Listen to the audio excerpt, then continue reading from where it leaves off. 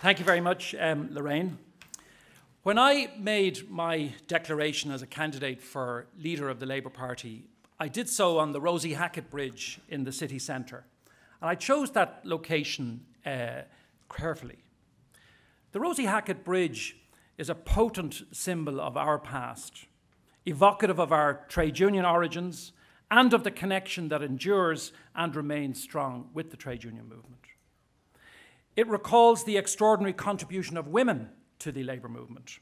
And looking to the present, it was named as a result of a successful campaign by members of Labour Youth. The bridge looks to the future too. It's a new transport connection, a bridge between the north and the south side of Dublin. But before I'm accused of stretching the symbolism a little bit too far, can I say that the bridge has a deep personal resonance for me too? The railway has always been a big presence in my family. My dad used to drive trains over and back on the Loop Line bridge just down the river from the Rosie Hackett. And it was really from him that I got my Labour values, the ideals and the principles that shaped my life and my perspective on the world.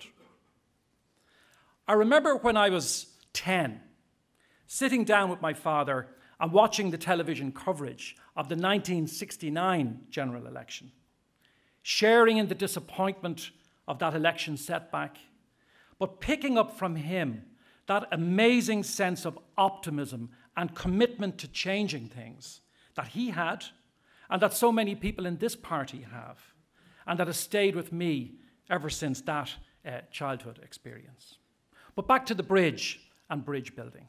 I want to build a bridge to our voters and our supporters, to our traditional base. I want to build a bridge between the party leadership and the membership. I want to build a bridge to the new generation of our party. Now, I've been accused of being a Southside Liberal barrister, and I have to plead guilty to that particular charge. But just like everybody else in this room, my life can't be reduced to a stereotype. I grew up in Marino. I went to national school there, and then to secondary school in Coolock, which is just down the road from here. Like a lot of people of my generation, I was the first of my family to go to university, and it was an opportunity I grasped with huge enthusiasm and a sense of great promise for the future. And in many ways, I have to say that that promise came true for me. I have an unshakable belief that education, including third-level education, is a great public good, a right, not a privilege, and that this is an ideal that we must always champion in the Labour Party.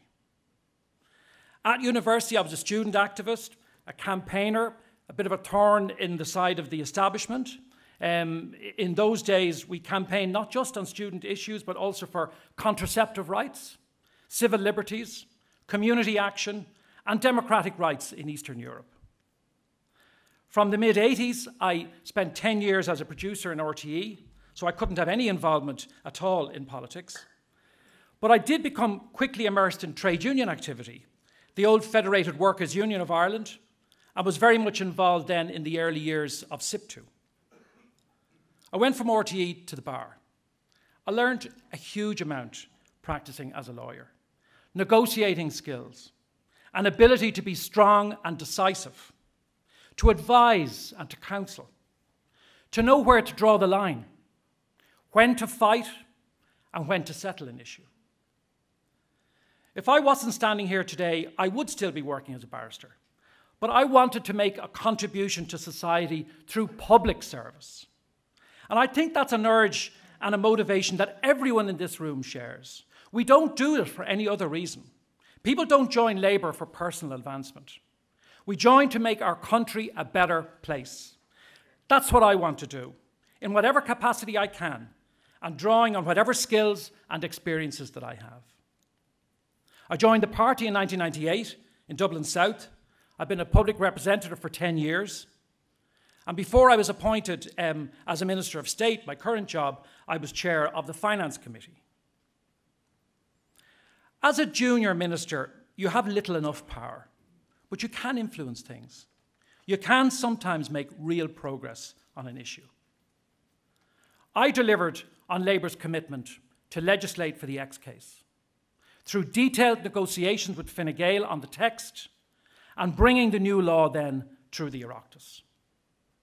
I am really passionate about health and health policy and what we can achieve in health if we set our minds to it. I'm a strong advocate for free GP care, and I'm bringing this policy forward in legislation right now.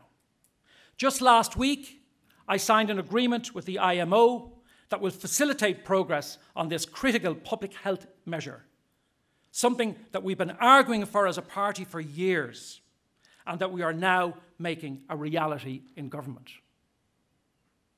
It's the kind of policy area that you need to work through, negotiate, push forward. The same goes for other policy areas as well, like the alcohol strategy that I've managed to get government agreement on last year. The first time ever in this country that the alcohol problem, is being addressed through public health legislation. So why am I going for the position of leader of the Labour Party? We have to change. We know we have to change. The question is, by how much? I believe that the change we need at the top has to be radical. I've mentioned a bridge to a new generation. We have enormous talent in this party, and we need to make much better use of that talent. If I'm elected, there will be a much less centralised type of leadership and a much more collective style of leadership in our party, with greater cohesion amongst ministers and ministers of state. Oireachtas members too will have a much closer involvement in the business of government. We have had serious problems, especially lately, in how business is being done in government. We have appeared peripheral. We have to address this.